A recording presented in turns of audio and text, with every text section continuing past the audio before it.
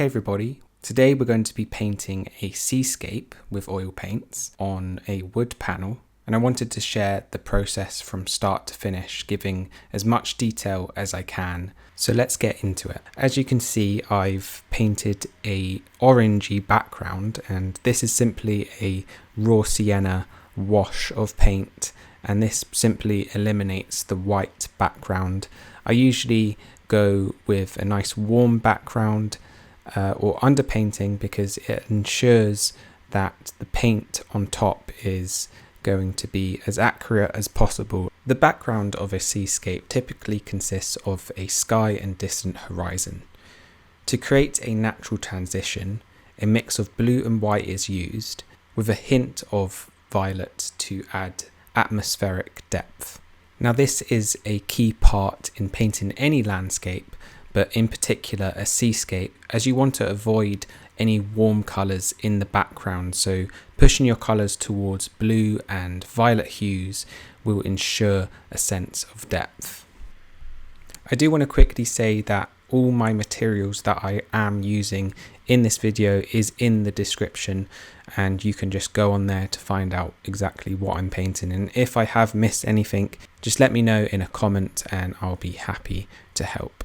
We move on to the middle ground where the ocean's depth and movement start to take shape. Now I'm doing a big wave, and I want to make sure that my colours at the top of the wave is the lightest they can be, so I really saturate the colours. I make sure to use a lot more yellow in this part of the painting. I'm using quite a big brush, and this ensures that I create gestural movement within the wave. It's important not to get too bogged down with any details at this point.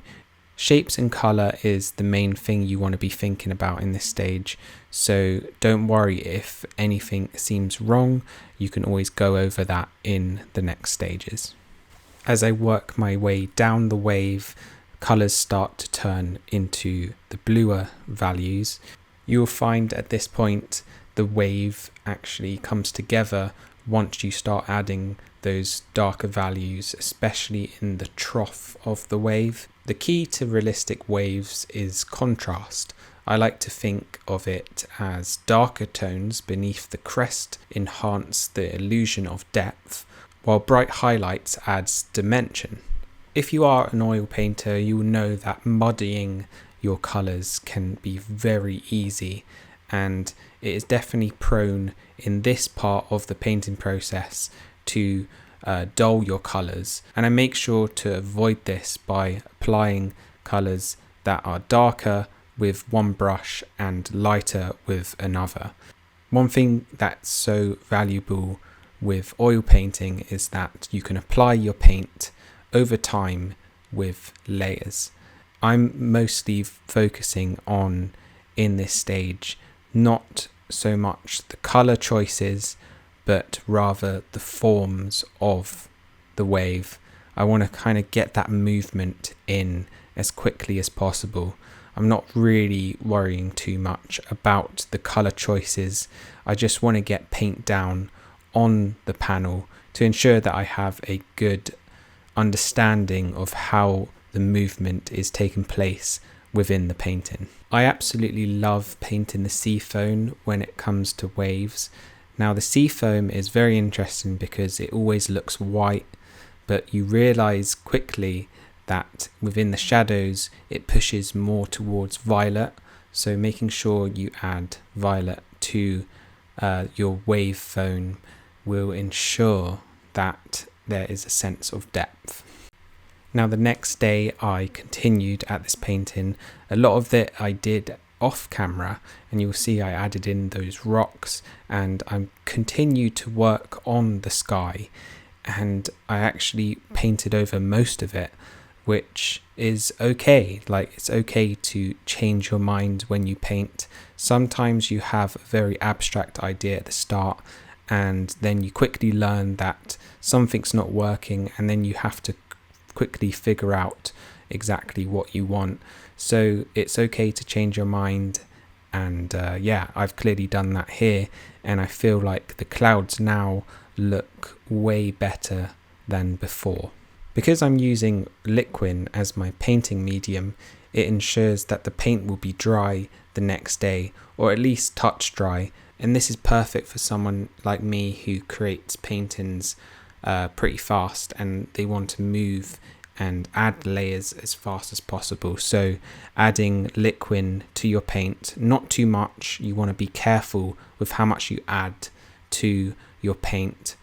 Too much is not good, so just as little as possible, just a little dab here and there, and it will ensure that the paint will be dry the next day, or at least touch dry, which is perfect for adding layers. I absolutely love this part where I get to go in with a lighter value to my paint, and you can really see it start to pop as soon as I get down these colours, especially in the foam in the distance there, and it's starting to hit the rock and you can really feel it. It brings a sense of atmosphere to the painting. I absolutely adore that, and it's achieved very quickly by using Liquin.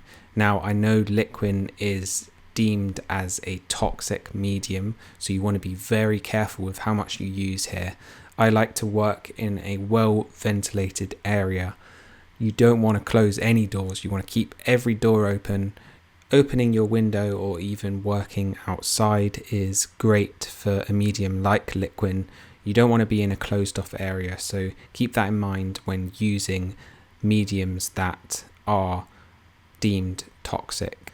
I've learned that with oil painting, if you see something that is going to either cut time or do something to help your painting process, it usually comes at a price, and with Liquin the price is that it is toxic, so you've got to be very careful handling it, making sure your hands are clean when you leave the studio, and yeah, just making sure that you know what you're painting with, you understand what the pros and cons are, and yeah, you can figure that out for yourself. I like to take my time with this process, and sometimes I don't use Liquin at all. I just use oil paint straight out the tube, and I don't mind it taking a long time to dry. It is completely fine with me, but sometimes I have to work towards a deadline, which Liquin comes in to save the day, and yeah, it really helps me out in that sense. So to me, it is a price I'll pay, but I will take the best precautions possible when handling it. So now I've moved on to the subject of the painting, and this is obviously SpongeBob, the great SpongeBob, and I'm just getting down the base layer at the moment. I like to think of my process in 3 different stages. The first being the base layer, the second the modelling stage, and then third the details. I think breaking down your process into 3 parts like that gives you a way more manageable workflow, and that's perfect for when you're painting for many hours. You don't want to feel lost at hour 20. Instead, you want to feel composed and knowing exactly what you're going to do at every stage of the process. And that leads me to the point of that you develop your process over time, and no matter how many tutorials you watch on YouTube, you ultimately have to paint yourself. You have to go through learning and understanding, and you know what, you will develop your own techniques through that. It just takes time. I honestly feel like I've only just got to grips with oil paint. It's okay if you're taking time just learning a medium. Sometimes different mediums offer different processes, and it is especially true for oil paint. So here I am working on the second layer of my subject, and this is where I'm actually tweaking the colours. I felt like a lot of what I put down yesterday on the painting, it was slightly darker valued, so today I'm just brightening up each value, going over everything And yeah, you can see the value change is making a huge difference with the overall feel of the painting. You'll see that I've added a slight gradient to SpongeBob's face, and this is something that I've been experimenting at the moment with different lighting effects on the subjects of my painting, and I feel like a gradient is a very subtle way to show that there's a shift in colour in your painting. I think it keeps it a little bit more interesting, so coming up with things like that is definitely changes that take place over time. At the start you don't really think of these things, but as you go on painting you realise that it is really your duty as a painter to keep your paintings as interesting as possible. So adding subtle gradient shifts like that can really help push the viewer's attention across the painting. For the line work of the character, I'm using a rigger brush. This brush is pretty much a longer brush that holds more paint, and this is perfect for when you're doing line work.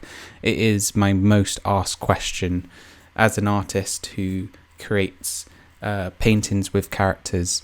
A lot of people ask me what are the best brushes to use, and I recommend a rigger brush always to get down your lines. And you'll see that I'm using the length of the brush to create a smoother line, and that's something that you can't really recreate with any other brush. A rigger brush allows you to maintain coverage, which is perfect for longer lines. Although the paint you see looks like I'm using black, I've actually mixed up that colour using blue, red and violet, and this allows you to create really deep colour, but because the values on the painting are much lighter, it almost seems like it is a black, but when you have a closer look you can see that it isn't black at all. And that's really the magic of using oil paint. You can get really deep colours with very little effort. I feel like it's the only medium of paint that can achieve a very vibrant and dark and rich colour palette. I kind of struggle with every other medium of paint to get that same consistency. Okay, so it is the last day of painting. I got down the base layers and I'm ready now to get on with certain areas that need more attention, like this rock face. I want to really carve out each and every rock, and this is something that I have a lot of fun with. I start by adding lighter and darker values. I allow myself to not pay too much attention to my reference, and I kind of just work in the paint and go from there. It's okay to go off the reference path and into your own little world, yeah, that's probably why I have a lot of fun painting rocks like this and trying to depict the water smashing against the rock face. I feel like, yeah, that's something that I definitely need to paint more. I don't think I've ever painted it like this in the past, and I feel like it's really cool to create a sense of movement in your painting. If you add a certain solid feature, especially in a seascape, you're going to generate a lot of movement. I think it's an easy way to show the viewer how calm or how raging the water is. I like the idea of not being too attached to your references. You want to have fun with your painting. Don't be too rigid while painting by following the reference just like it is. I heard the other day that with painting, less is more. And I think that rings true with painting as opposed to a photo reference. A photo, there's a lot to process, and you know what, our minds can't process it all, so we kind of make things up. I think as a painter you have a responsibility to say as much as you can within as little brush strokes as possible. So keep that in mind with your efficiency when it comes to your brushwork. I I think it goes a long way. I'm simply going over every part of the painting where I feel it needs a little bit more attention. So here, the sky, I felt like it needed a bit more vibrancy. So I'm reintroducing a bit more blue into the sky and retouching the clouds so that they are catching the light in certain areas. And I want to be careful here. I don't want to go too hard with each of my brush strokes. You've got to remember a cloud should be fluffy. So I'm making sure to fan out a lot of my brush strokes so that there isn't a rigid line throughout this. And I think this is something that I have learnt over time as well. Less is more here, so you want to just hint at a slight difference and variation within the cloud, and I think it goes a long way once you realise that you don't actually need to do too much. So keep it light here is all I can recommend. Also, paying attention to where the light is coming from will really help you out in this stage of the painting. I've definitely got lost in certain paintings and not realized where the light is coming from. I kind of forgot it halfway through, and it really leads to a not so natural looking painting in the end. So making sure you have where your lighting is coming from in mind, that will really do well for you. So I'm keeping that in mind here when I'm adding certain highlights to the clouds. And like I said earlier, I'm not pushing my values too high on the clouds because I want to create a sense of distance. I want my lightest lights in the foreground, and in the background I want to push my values slightly lower and more into the blues. This will ensure that there is a sense of depth throughout the painting. Now, sometimes the advice that I give can be contradictory when I start to add warmer tones, just like here, into the background. I wanted to break away from too much blue that I was using and violet, so then I went more into the warmer values and brought in a slight bit of red and orange to the background, and this created a very nice sense of distance in the background.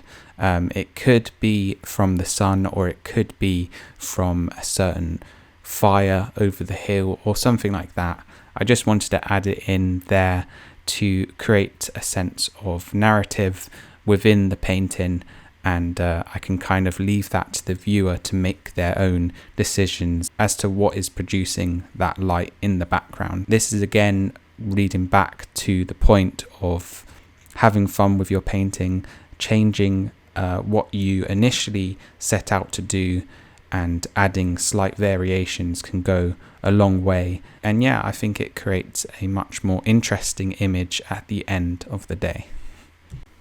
Now I'm working with my highest tonal values, which is almost a pure white. I've slightly toned it down with a bit of blue, and this ensures that you don't want to overblow your painting by adding so much white.